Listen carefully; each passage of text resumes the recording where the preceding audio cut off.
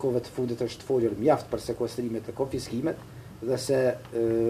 është një përshtypje se kjo çështje shihet me hezitim si nga opinioni ashtu nga mediat, mirë po mund t'ju sigurojmë se edhe pse duket mbase paksa pa besueshme një gjë e tillë, shumë shpejt qytetarët, mediat do të jenë dëshmitar të asaj se personat që janë bërë milioner në mënyrë të kundërligjshme së shpejti do të mbesin pa asnjë nga ato pasuri që kanë kryer në mënyrë të kundërligjshme. Ky është një përkushtim serioz dhe i vendosur organeve të ndjekjes dhe kjo me kalimin e kohës do ta shihni se do të ndodhë në realitet. Këto hinë edhe zyrtarë të lartë politik. E kemi fjalën konkretisht për zyrtarë të lartë. Mund të themi se në fushën e krimeve ekonomike përgjithsisht po bëhet fjalë për një fushë të vështirë, për një fushë të komplikuar, për vepra penale të cilat kryen nga njerëz intelektual, nga njerëz të cilët e dinë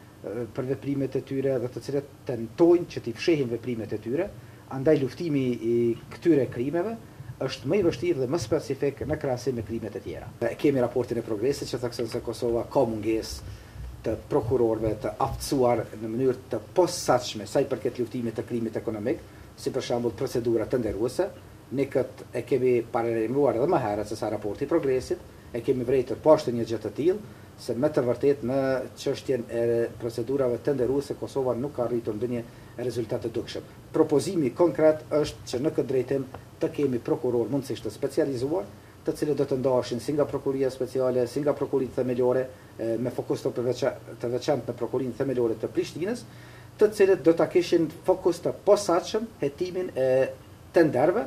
dhe ideja është që në momentin kur prokurorët e tillë do t'i angazhojmë ekskluzivisht për procedurat të nderuese, atëherë nga të njëjtit edhe mund të presim rezultate konkrete. Se totali i këtyre pasurive të sekuestruara ka shumën prej rreth 29 milion euro. Pra, duke pasur parasysh sidomos krahasimin që bëjmë mes vitit 2013 dhe 2014, viti 2014 shënon një shumë fishim të sekuestrimeve në krahasim me vitin 2013.